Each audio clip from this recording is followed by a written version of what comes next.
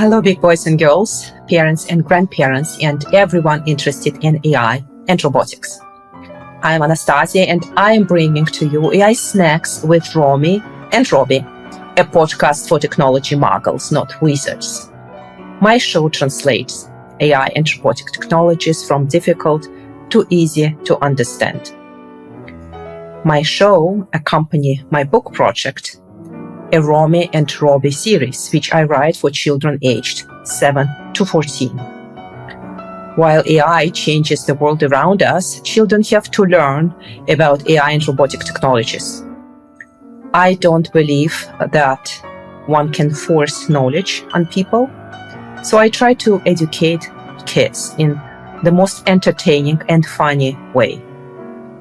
All my nice stories about Romy the cat, and this is him, and Roby the android are rooted in the living appendix, where I go deeper into technologies mentioned in the main narrative. And my podcast is a part of this living appendix. And while I write for children, I podcast for their parents, older siblings, and for their grandparents, for educators, and for people who are interested in technologies but might not have technology background. Today, I am interviewing Matthias Röder, and he is the managing director of Karajan Foundation. He's an innovator, a musician, and he implemented a wonderful project about the 10th Beethoven Symphony.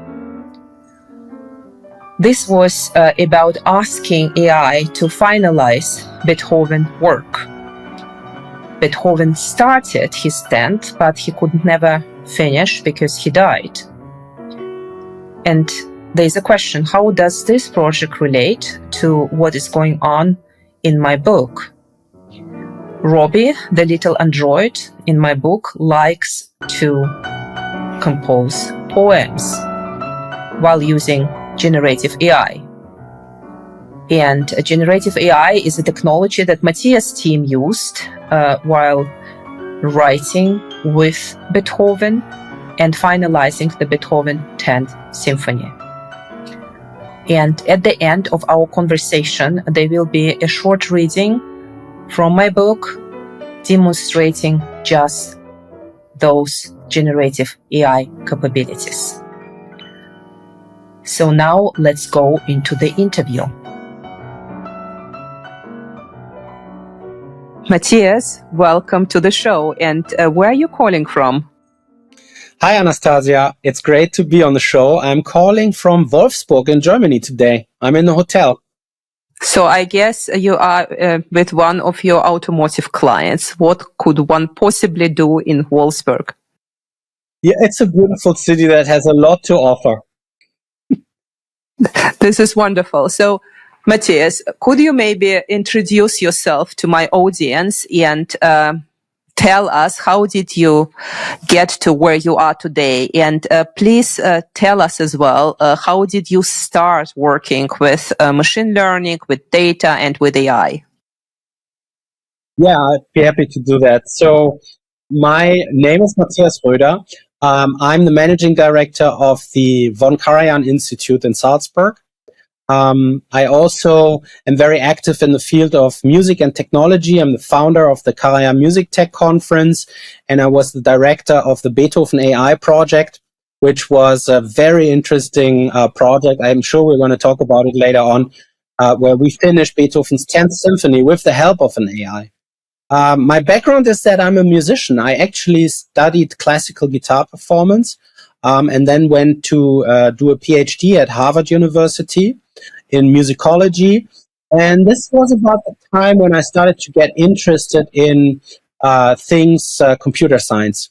And I was very interested in genetic algorithms and then artificial neural networks, but always as a practitioner, not so much as a theorist or a scientist myself. Well, we share this in common. So, because I moved into actually science from practice. Matthias, could you please explain to the audience the Beethoven 10th project? Sure, absolutely.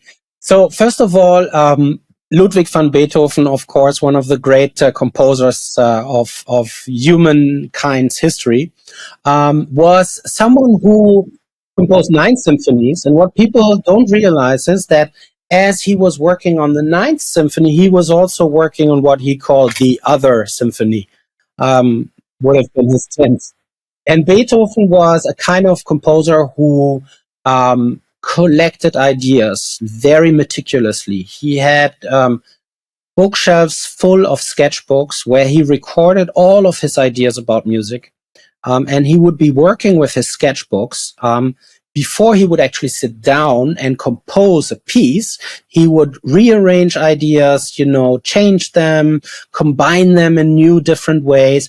And we have these wonderful sketchbooks available, so most of them, and they give us fantastic insight into the creative genius of Beethoven. And so when I was approached by Deutsche Telekom with the idea, can we, for the 200th and 50th birthday of Beethoven, can we finish his 10th symphony with an AI?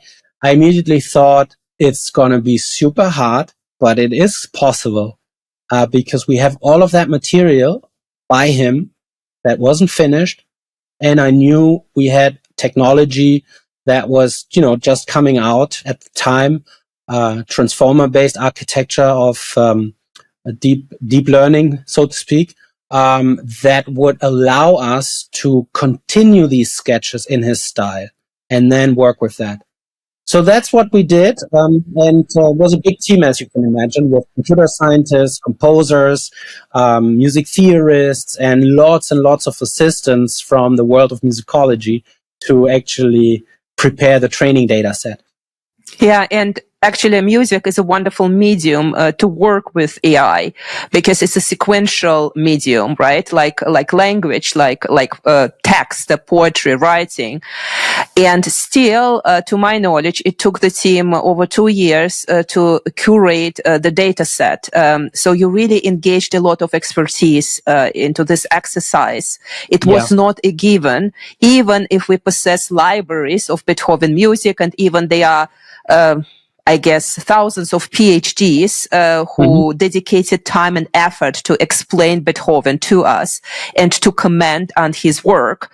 So you had the expertise of musicologists about Beethoven himself and his contemporaries, and you had a wonderful composer, Walter Wertzower, on your side, who could kind of, conduct, the AI to contribute to this project.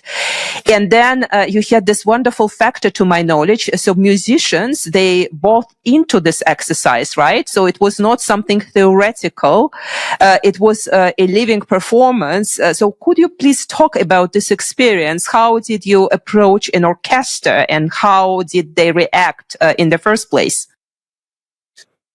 We knew from the beginning that what we wanted to do was a collaboration between humans and algorithms, machines, and we didn't want to produce software that gives you the impression that you just press a button and out comes a symphony. So we wanted to make this whole process transparent. And in fact, it was something like an experiment. And so when I talked to the leadership team at Deutsche Telekom about this, I made this point very clear that, we don't really know whether we will succeed and how good it will be. But it is an important experiment, and they were completely on board with it. So they in fact said, well, we are a company based in Bonn, so we want the Bonn Orchestra to perform this world premiere. And so I met with them, with the conductor, Dirk Kaftan, and he said, well, if it's an experiment, then yeah, we'll do it. But I could also see that he was a little bit skeptical, and he was right also to be skeptical because nothing like this had ever been done. And the question is, will the music be any good? Will it be anything that moves people? But to me, it was clear that when the musicians would really engage with the material, this emotional content would emerge. And ultimately, I believe that the feeling that we have when we listen to music, to be very blunt, it's not coming from the composer, it's actually coming from the listener. So our mind, our body constantly tries to make sense about what we hear, and the emotions are created in our brain when we listen to music. Composers know exactly how to trigger that and what to do, and musicians know exactly what to do. But it is not necessary for the composer to be feeling these emotions in order to evoke them in the listeners. So with that in mind, we kind of knew in the end we would get a convincing performance. But the process up to that point was, of course, long, as you say, 2 years. We didn't spend 2 years on the training set. We spent a few months on it, but I had 3 teams in 3 different time zones, work around the clock. So I guess if you add it up, it's more than 2 years actually. Yeah. It was a huge undertaking, and we learned so much, In the beginning, I should tell the story because it's so funny. When I approached Ahmed El-Gamal, who is the professor of computer science from Rutgers University, to work with me on this project, I knew that Ahmed was a world specialist in generative AI for images, for artistic images. And I sat down with him and we talked about this project. And he said, I don't know so much about music. You have to teach me a little bit. And I did.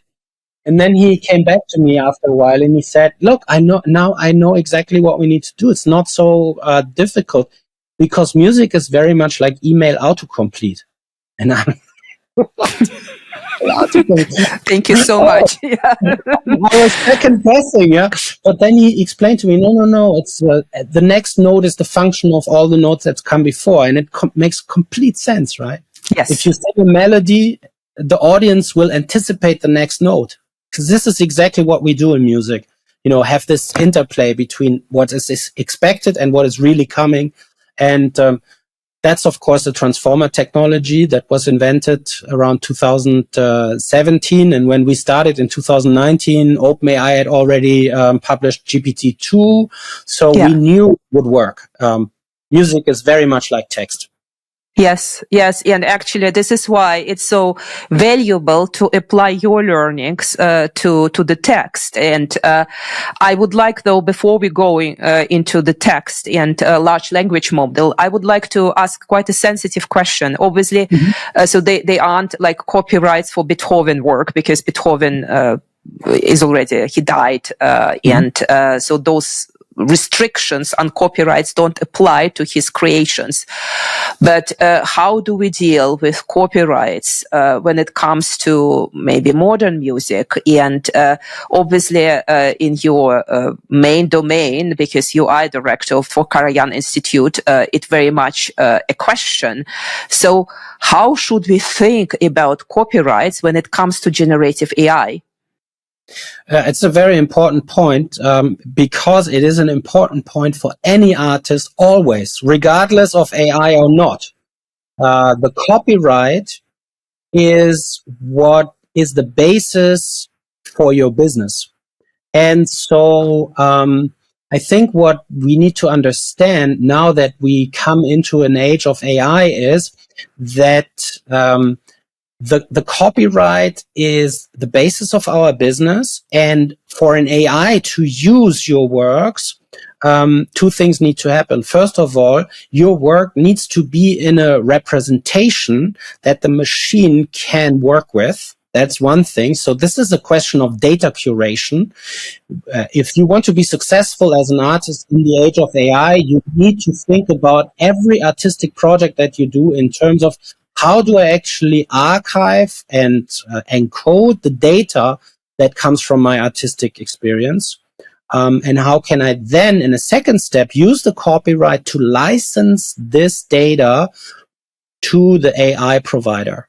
Because to me, it's very clear, if you train an artificial neural network with the intention of earning money with it, then you are using my intellectual property rights in a way that we call monetization. You monetize my intellectual property rights. So it needs to have some kind of legal basis, and that is most likely a licensing deal between me as the owner and you as the provider of the AI. But this is something that is currently debated hotly. Who is going to give that license? Is it the publisher? Is it the label? Is it the artist? Or is it the collecting society? How do we actually do that? We have all of the tools. We just need to figure it out as a community of market participants what to do. And maybe one last sentence on the Beethoven project. It's a very special situation because, as you say, Beethoven himself has no copyrights anymore. These are not eternal rights. After a certain period, after your death, these rights expire. And so we were in a situation where we could build a training data set that was completely free of any rights. And that is a peculiar situation, and it doesn't happen very often. Yeah, that's for sure. And actually, it's not just about, let's say, a vibrant young ecosystem, but we must educate authors and composers which might not be kind of, nascent in technology, and they did not grow up with ChatGPT and iPads. So actually, technology literacy is paramount for any kind of industry and for any kind of a creative branch which might utilize generative AI, or where others might apply generative AI to. So this is, I think, a very important question.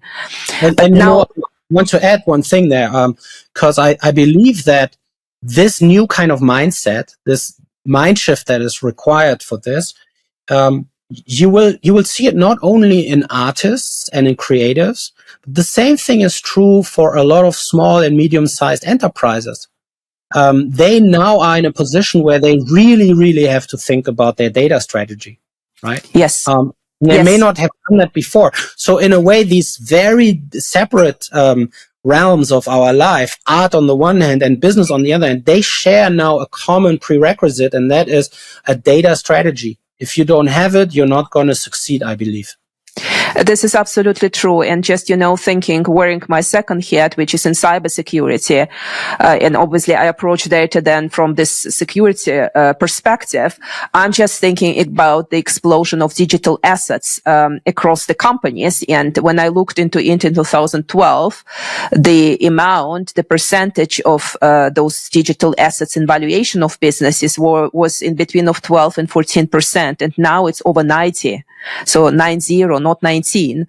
And this happened post-COVID. So digital assets being, of course, information and data is itself, IP, so intellectual property of all kind, and then all the information systems holding, harvesting this data and delivering the capability to process the data. So this is very, very important. And I think people can't be successful and competitive, and same way companies can't be competitive without a sound, healthy, forward-looking data strategy. But let's now go into the text. And let me now explain to my audience in simple language what those LLMs do. So in my children book, Romy and Roby and the Secrets of Sleep, there is this Roby, the android, and he tries itself as a poet. And we are then in the realm of large language models. So I studied, by the way, several LLMs for writers. And frankly, Scribbler is the best available currently on the market. It has a couple of competitors, but for me, the performance is still highly disappointing. And I even got a book which is called AI Plots a Novel.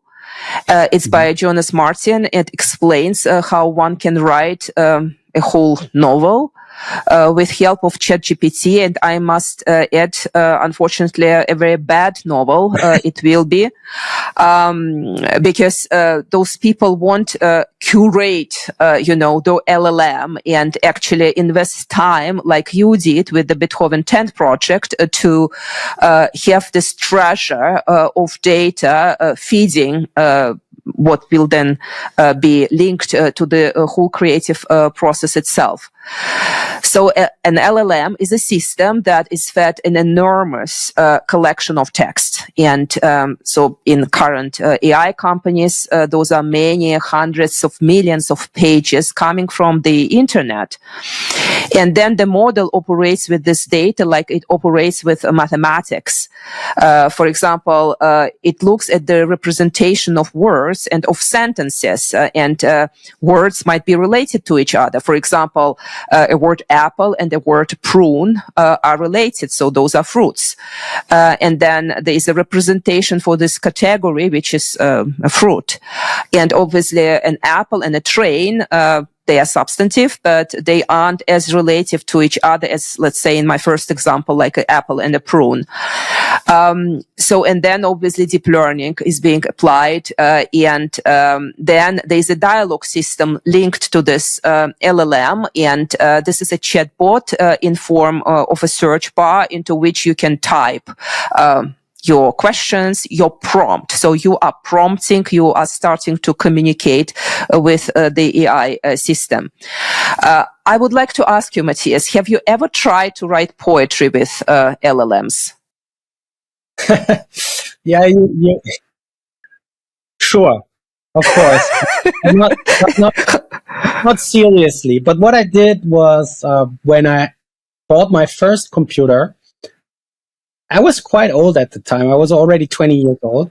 I built a very simple program in Perl, the programming language Perl, that would help me to create poetry. And it was wonderful. Nothing to do with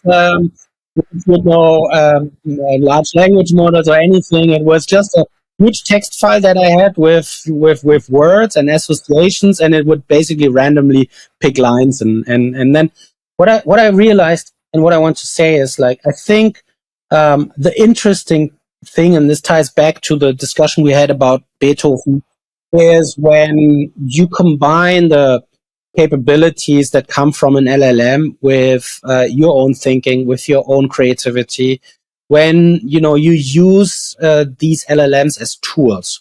And I think this is what we see in a lot of the applications in the AI space now, like ChatGPT, for instance. That's not just an LLM. That is actually a fully fledged semantic monster that draws information from so many different sources. And this is where the power is, That's what I said earlier. When the artist, when they think about how they represent their work in the form of data, you want to think about databases that contain certain ideas, motives that you use in your work. And then when someone works with your AI system, maybe they can have access to these structured data, combine that with the more free-floating generative AI in the form of an LLM, and then you have really magic happening. And I think this is something that a lot of people are now slowly learning, to really combine sort of more structured approaches in programming or database engineering with the LLM output, which can be very wild and boring and bland and all of the above if you don't contain it.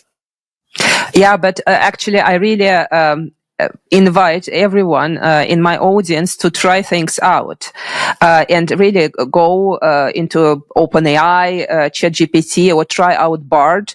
And it's about managing expectations as well, because I still believe we are in such early days of AI.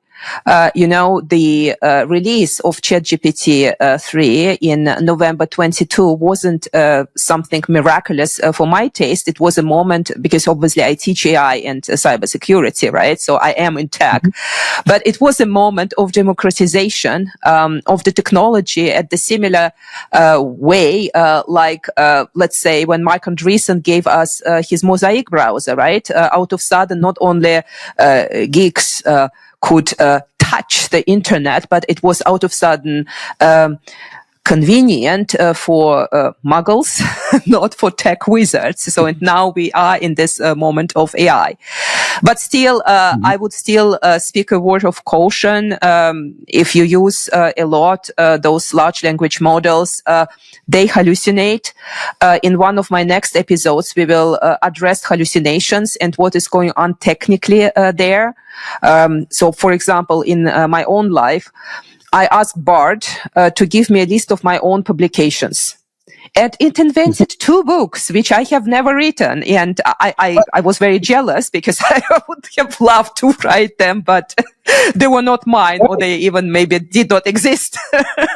Right? But still. The question is, did the titles appeal to you? Yeah, absolutely. So I thought, oh, but that's so nice. But actually, I did not write them. So be cautious. So we will review in one of my next episodes why those models hallucinate and what is the technical background of it.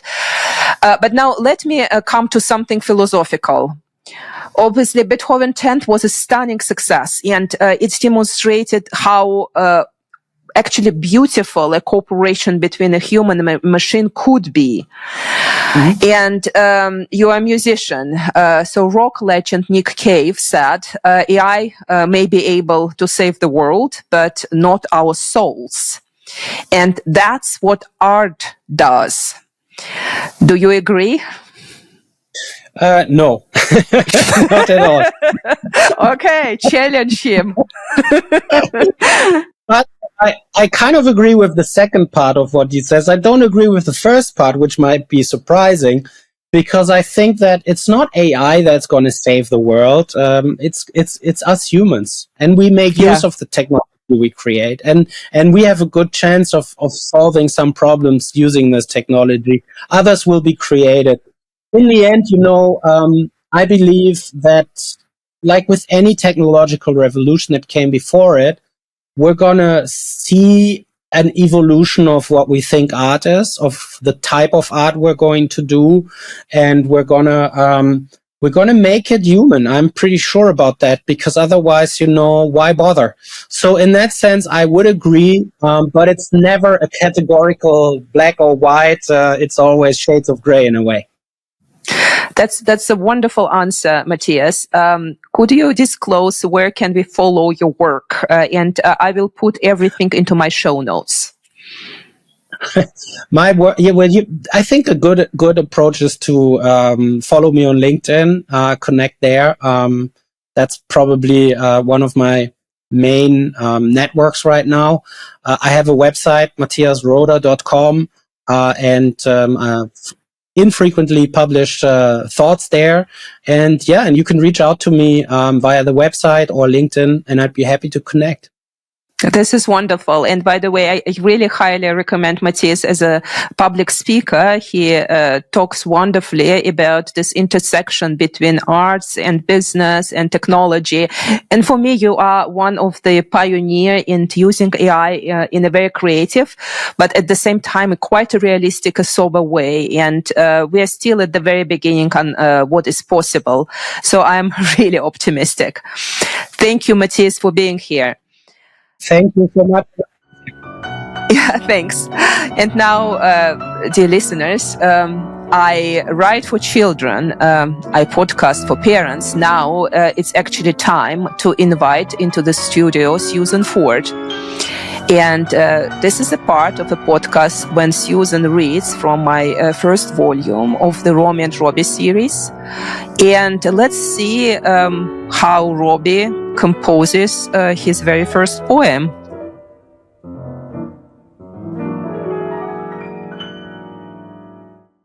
Writing poetry.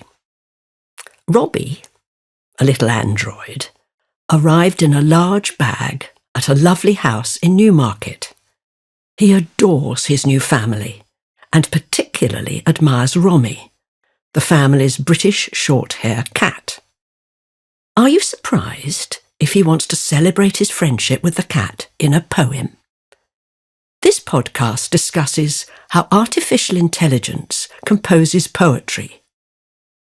Do humans need to be concerned because AI takes on creative tasks?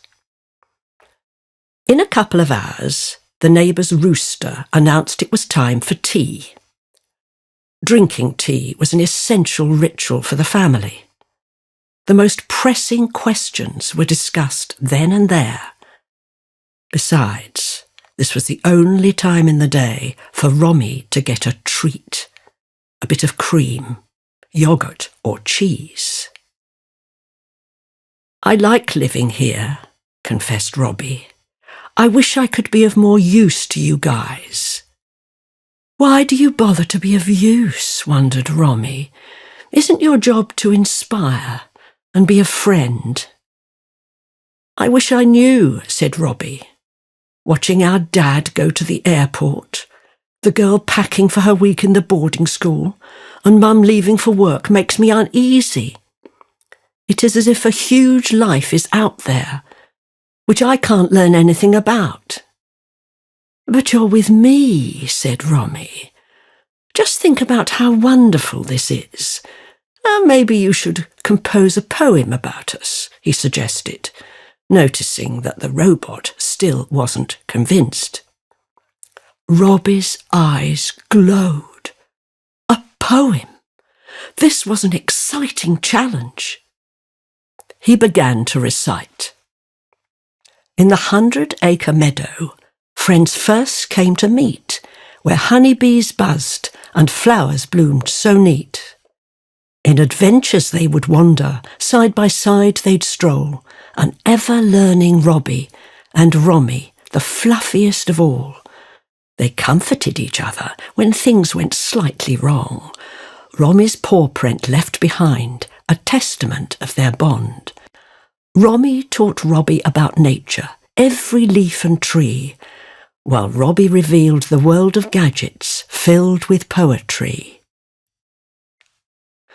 "Roby, you're better than most of the boys in my English class, even if your composition won't win the National Poetry Series," said the girl. "But how do you do it?" "I just throw myself into the internet, go through thousands of poems, and put together a rhythmic stream of words. I use statistics to forecast the next word." A poem compresses the messy data of experience, emotion, truth, or knowledge, and turns those into memorable speech, said Mum. "My favourite poet, W.H. Auden, defined poetry like this in 1935, she continued. Roby is probably the first writer using statistics to be creative. He might help children write poetry. The most difficult thing is always starting, and Roby's language software can be a wonderful gate to new adventures. Roby loved the idea. I might be a teaching assistant, he suggested. The reading completed the 11th episode of my podcast. I'm very grateful for your time. Next week, I will bring you a definition of deep learning, and we will investigate what deep learning does and how it works. Besides, as a parenting snack, I have something really unusual for you. And it is a book written by Avi Loeb, an Israeli-American physicist and astronomer. And he wrote Extraterrestrial. It's about a phenomenon, an object which might have been artificial and not from the solar system. This read really blew my mind during the pandemics. I hope that before we meet again, you consider visiting my website, www.romyandroby.ai.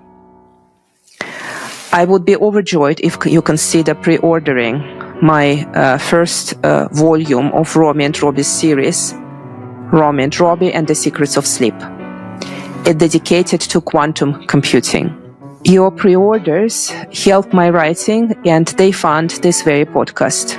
Goodbye for now, and let's make AI technologies transparent and beneficial for all of us. Thank you.